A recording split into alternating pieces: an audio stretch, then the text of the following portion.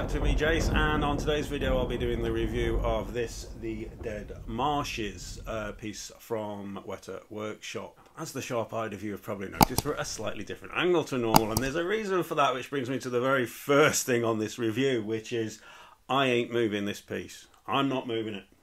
It is super fragile, as you can probably tell. And I mean, I was just turning it around to get it how I wanted it, and I broke a small piece off this, and that was just yesterday or the day before. And it was this tree root here, but luckily this bit comes off, and I was able to glue it and repair it. So yeah, and as you can see, very wobbly this is. So it's extremely easy to catch. So the first piece of advice I will give any of you who have this is, get it in situ, get it where you want it, and bloody leave it there. Do not get moving this unless you absolutely have to. If you do, I would remove some of the bigger hanging pieces. This is something that I've had statues where I've been carrying before, and you're sort of able to maybe lean them into your body a bit or jiggle them around, or even had them slip and able to sort of just catch it with your knee or what. You do that with this, it is wrecked. There is nowhere that you can put your hands on this and it's okay to put your hands there other than the base, and only on certain parts of the base, simply because there's stuff sticking out and hanging out everywhere. Mega fragile. The other issue that I've already noted with this is cleaning it. Now, I use a keyboard blower, which I've shown you in one of my previous videos, and of course the typical makeup brush that we all use. But I'm not going to be using either one of them. Now, I'm not using the blower. I might use the blower for this area, but I'm kind of worried about blowing the plants out. I'll get to them plants in a bit, actually. I've got something to show you on them. But I certainly wouldn't be using it under here. And the main reason for me is Frodo's ring and chain. It's plastic, extremely small, extremely fragile, and basically it's just like a friction connection around the neck area. But I caught that on the unboxing, as you probably saw, because I left the swearing in, and that pings off if you catch it. Now if you were to use your makeup brush and that was to ping off or get trapped in the brush, that is so small, that is going to get lost super easy. I'm even thinking about putting a couple of dots of glue on mine and then just putting it and holding it in place and actually gluing it on, because I can see that if that even on my carpet, if that was to ping off here, you're going to struggle to find it. So that's something I would word caution on for all of you who've got this, because I can see people losing that. Generally, I can see that getting lost. So for me, I'm going to be cleaning this with a very small, long artist brush. You can get them with very soft bristles, and I will be doing that very carefully around this area. If you've got means of putting this in a cabinet or covering it up, I would do that. Cleaning is an issue again with this. The other thing I would say is there's LEDs in here, and they're fed round. It's all very cleverly done. I'll get to the LEDs obviously later on. For any of you who've got concerns with the LEDs, I did actually take some photographs last night, and like a total bonehead, I forgot to do some video footage, so I'm going to do the video footage tonight. So the video will now be on tomorrow, so it's going to delay it. But I did take some photographs, which I'll put on screen. The LEDs are superb, especially once it goes dark. They really come into their own. And not only that, they've positioned the LEDs in such a place that it really does. It gives superb, not just ambience to the piece, but it lights to the piece, but it lights it up exactly where it needs. This guy at the bottom here, the one shines on his face brilliantly. I mean, I was sat here last night. I've just not taken my eyes off this piece. I'm going to go handheld now and go around it, so I'm going to have to switch to the other mic, guys, because I don't think this one will pick me up while I'm sort of leaning over it. I want to show you a couple of things that I've done that I think might help any of you that had some issues with it. But yeah, and I'll do the LED things, but I've got to do that tonight now. So, okay, here we go. Okay, guys, I hope the lighting is okay here. I've got a feeling that you're going to struggle to see some of this. But starting at the top, here's the tree. I mean, the tree itself is... I hope this is coming out, guys. Look at that. I mean, it is so realistic. And look at the detail. Look at all the detail they've gone into that. And I'm not sure if it's coming out, but there are so many subtle shades and colours used in that. Look at that there. Look at that. That is sublime. That is the best wood effect I've ever seen on a statue that I personally have ever had. Prime One, take note. It's your complete pile of crap. On your wood stump on both the Lurz piece and the Predator piece, come to that. That tree, and you know what I love about that tree as well, especially silhouetted. That's a Scooby-Doo, isn't it? That's a start. You know, Scooby-Doo next to the haunted house. That tree is stunning, beautiful. I'm going to be babbling, guys, because everything about this piece I adore. Well, pretty much. Now, for those of you who are questioning the paint app, I hope that's coming out. Can you see all the different colours there? Look at that. Look at all the different greens that are on the moss. Look at the leaves, the dead leaves on the ground there. Are they coming out? I'm sorry, guys. I am really trying to. All the different colours. Incredible paint app. Incredible paint app. It's far more subtle, but for those of you who thought this was washed out or they hadn't put the detail, I mean, look, there's even branches on the ground, look, by Gollum's hand there, all painted individually. The paint app on this is sublime, absolutely sublime. Now, I agree, people were on about these grass tufts. Now, what I have done is, which I'm not saying it makes them perfect, but it certainly makes them better. If you shove your finger, if I show you, let me find one that I've not done. So I do apologise, everyone, I'm multitasking it. So what you do is you get your finger, and if you push your finger in the middle like that, and sort of don't press down, and just do that a bit with it, you see, what it does is it splays these open, and I think it makes them look a lot better. Now, you see, you can take them out and do that, which is what I started initially doing, because you don't want to be pressing down, guys. You don't want to be pressing down on any of this. But the problem is, when you put them back in place, you close them up again. So I found doing them in situ, and I don't know about you, but I do think that now looks better. Do you agree? I have actually bought some artificial miniature plant, which I'm going to have a little play with and see if I can position and maybe even make my own, just to break up this a bit. And if I do that, I'll let you all know. You have to know what you think. I mean, certain things like there with Gollum's foot, I made a point of sort of trying to fold it round his foot just to give it a bit more sort of realism, really. While we're here, we might as well do the water effect. Now, I took a photograph last night of the LED underneath, which I'll put on the screen now for you, showing you how good it lights that water up. But look at that water ripple. Look how realistic that looks, guys. That, to me, is flawless. That is perfection how they've done that. Absolute perfection how they've done that. I am utterly bemused by comments of people who wanted this to be a more plain and simple diorama, and every part of this Weta have pushed themselves and their creativity to the limit, and I don't understand how you could not be a supporter of companies trying to maximize and push and challenge themselves to the limit. I know in some cases subtle works, but in this, to have taken a relatively mundane, I suppose, setting and made it to be, for me, the best diorama I've ever seen. It just shows such amazing creativity by Weta, and I totally applaud. I totally applaud it. Okay, Gollum, who, I mean, yeah, he's good. I mean, he's good. He's got dirt on him. The paint on him is good. The hair, the proportions, the spine, the scar. The bits, as I said on the unboxing, guys, when I took it out, I've got the quarter scale Gollum by Prime One, and as I said on my review of that piece, that the Prime One Gollum is the best Gollum I've ever seen, bar none. And I still stand by what I said. I've not seen a Gollum that even compares to the Prime One.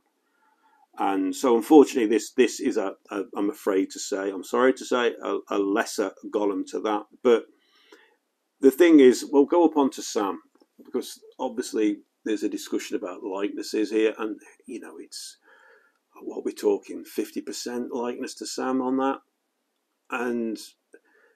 but it doesn't matter. This is the thing with this diorama, it doesn't matter. With all of Weta's pieces, the likeness never is an issue for me, because everything else is so right and so well done. And we know this is the case. Now, somebody made the comment that for the money we're spending, they should be getting the likenesses. Well, I agree with the likes of J&D, even Prime 1 pieces, but when it's Weta and they go all out on catching the ambience of the film and Lord of the Rings, for me it's not such an issue, and it generally isn't. But I mean, everything else about him, if you go away from the likeness for the time being, I mean, the robes, the way they're painted, look at the creases in his shirt, the buttons, he's got the brooch there, look, the detail on that is brilliant. Same on the trousers, dirt on the feet. You come round, you've got his cooking pot there on his back, which attaches on. In his backpack, you've got the movement in the robes. Here on the other side, you can see the frying pan in his bedroll coming down to his pack. So there is loads of detail on Sam. Everything is done well. The only gripe I can put on him is the fact that the portrait isn't great. And while we're here, we'll have a look at some of the detail here again on the ground. Look at the dirt there they've put on Gollum's feet. And there you can see some of the grasses where I haven't splayed them out yet. So I think when you look at those, you can see why people get looks like a paintbrush, which I agree it does. But if you look at that, and then you look at what I've done over there, I think splaying them does improve them. I'm not saying it's perfect, but it does improve them. But I mean, this is what I'm saying. This on its own, if this was what you'd bought, just this, sublime. But this isn't just it. We then go down to the second level. So here we are. Complexity, fragility, and I have to say, for me, absolute exquisite beauty. I love this underwater scene. Let's do Frodo first of all, and I'm sorry guys, I am trying to get this. Again, I'm not going to go over and over the likenesses. You can see for yourself there. You can tell it's Elijah Wood. You can tell it's Frodo without question, but it falls along. Again, I'll compare it to the Prime 1, which I think is the best Elijah Wood I personally have seen. This is about 50%, but it doesn't bother me. Again, I've not put the air bubbles on this, guys, because they all go off at different angles. I prefer it without the air bubbles. Certainly at night with the LEDs on, I find this looks absolutely spectacular. There you can see the one ring where you put that, it's just sort of friction sticks there. Very fiddly, very small. I'm toying with the idea, as I said before, of gluing mine in place, because if that pings off, which he can do easily, good luck finding that. I mean, it's a fantastic thing that they've actually done it that way, so that the ring is floating up. I mean, it's ingenious, all the things that they've done. They didn't have to do, but they've done. Again with Sting, which is sort of floating up, and the movement they've got in him. So well done, Weta. So, this is why I just adore this piece. And then we've got the two wraiths, which I will try. So we've got the one wraith there, which attaches to the tree. The LED function above, again, which is directly above him, lights him up brilliant at night. It actually there's one that comes down his arm, and it lights up the inside of him. And I've got images, I'll put them on screen. I am going to do some video footage as well. But they've positioned the LEDs perfectly. But I mean, even with the LEDs off, look at all the subtle colours and the complexity of the sculpt on all of that there. Incredible. The tree roots around here are done exceptionally well, as you can see. The detail, a bit of a mare putting all this together, and this That's the tree root there that I caught and have had to repair. They hang over the base, very easy to catch. As you can see, these are very, very wobbly. I know Ryan from Cyber Hobbit got in touch with me. His are the same. I think they're all the same. They're very, very, very weak magnets. They just hold these in place. There's a lot of free play in these guys. You need to be super careful. Super fragile. The base itself has the map of Middle Earth on it, or this section of Middle Earth.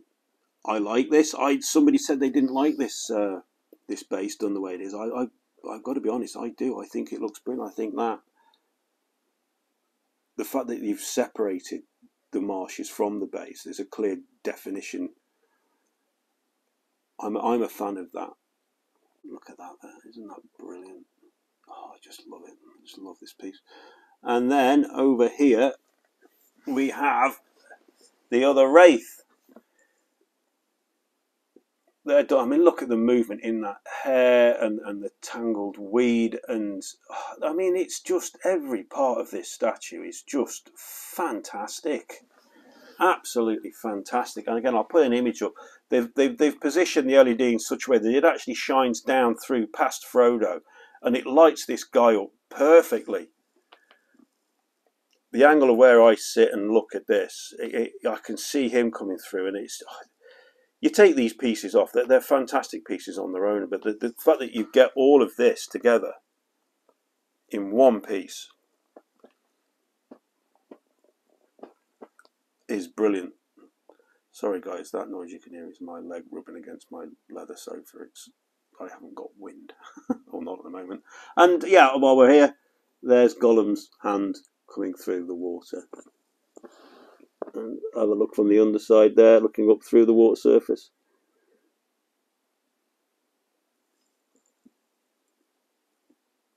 Look at that. I mean, how brilliant is that?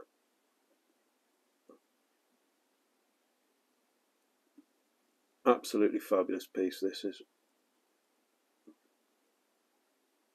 For me,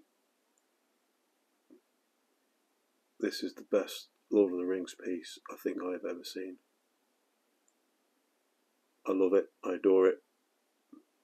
For me, there isn't anything that I personally have seen that compares to this artistically, conceptually.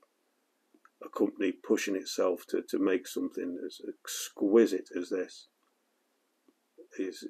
It's just. Even now, I can't take my eyes off this piece. I'm blown away by it. I adore it. And I think it's utterly beautiful. And as I say, hand on heart, guys, there isn't a single Lord of the Rings collectible out there that I have seen that I would say is comparable to this. This is it. This is the best I've ever seen. It's stunning. Every centimetre of this is beautiful. For me, Weta's best works yet. And which is great to see, because I know they've been getting a bit of stick recently from people. There's been a few pieces with errors and things like that.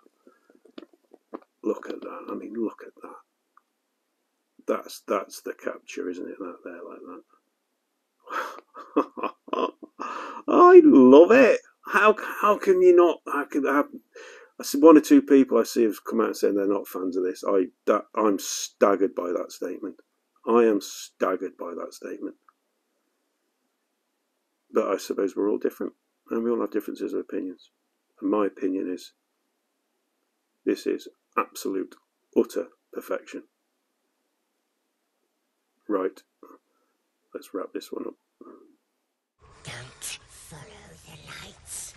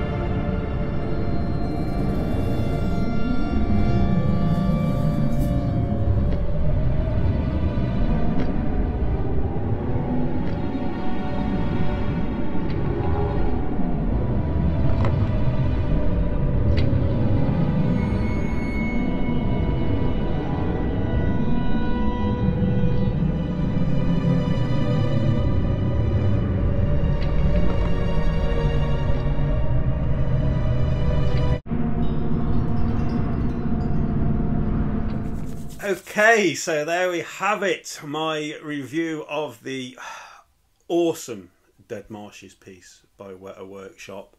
I've really tried to keep a lid on my excitement. I am still blown away. I am still excited. Even now, talking to you guys, my stomach is doing that.